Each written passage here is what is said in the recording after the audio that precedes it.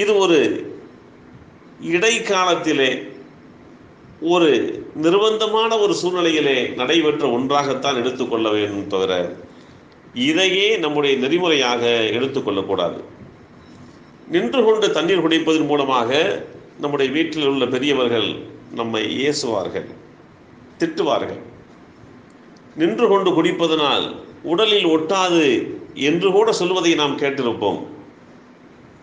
காரணம் என்னவென்றால், நின்று கொண்டு நாம் தண்ணீர் குடித்தால் நமது உடலில் சிறுநீரகம், இரைப்பை, குடல் பாதை போன்றவை பாதித்து ஆர்த்திட்டிஸ் போன்ற பாதிப்பு ஏற்படுவதற்கு உண்டான சாத்தியக்கூறுகள் நிறைய இருப்பதாக மருத்துவ ஆய்வுகள் நமக்கு அறிவுறுத்துகின்றன. நின்று கொண்டிருக்கும் போது மனிதனுடைய உடம்பில் இருக்கக்கூடிய சிம்பத்தட்டிக் நரம்பு மண்டலமானது செயல்பட ஆரம்பிக்கின்றது.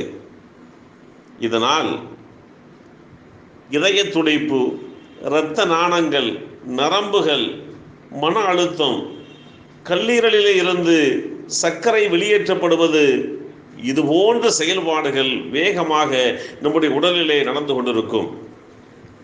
இதை அடிப்படையாக கொண்டுதான் நின்று கொண்டு தண்ணீர் குடிப்பதை முற்றிலுமாக தவிர்த்து கொள்ளுங்கள் என்று இன்றைக்கு மருத்துவம் நம்மை அறிவுறுத்துகின்றது.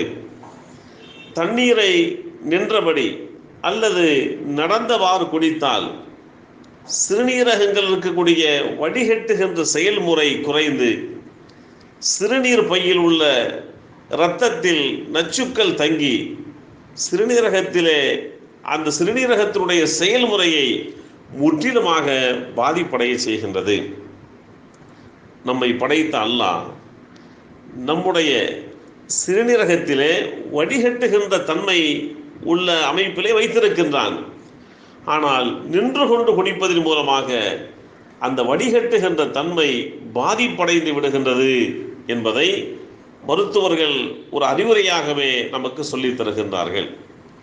நின்று கொண்டே தண்ணீர் குடிப்பதனால் நம்முடைய உடலில் இருக்கக்கூடிய மூட்டு பகுதிகளில் இருக்கக்கூடிய நீர்மங்களில் சமநிலைக்கு இடையூறு ஏற்பட்டு ஆர்த்திட்டிஸ் ஏற்படுவதற்கு அதிக வாய்ப்பு இருப்பதையும் மருத்துவர்கள் எச்சரிக்கிறார்கள். எல்லாம் வல்ல அல்லாஹு தஆலா அமர்ந்து கொண்டு தண்ணீர் குடித்து ஆரோக்கியத்தை பெற்றுக்கொள்ளக்கூடிய பாக்கியத்தை நம் அனைவருக்கும் தந்தல் புரிவானாக. அஸ்ஸலாமு அலைக்கும் வரஹ்மத்துல்லாஹி வபரகாத்துஹு. Please subscribe our channel and press the bell icon. Thank you.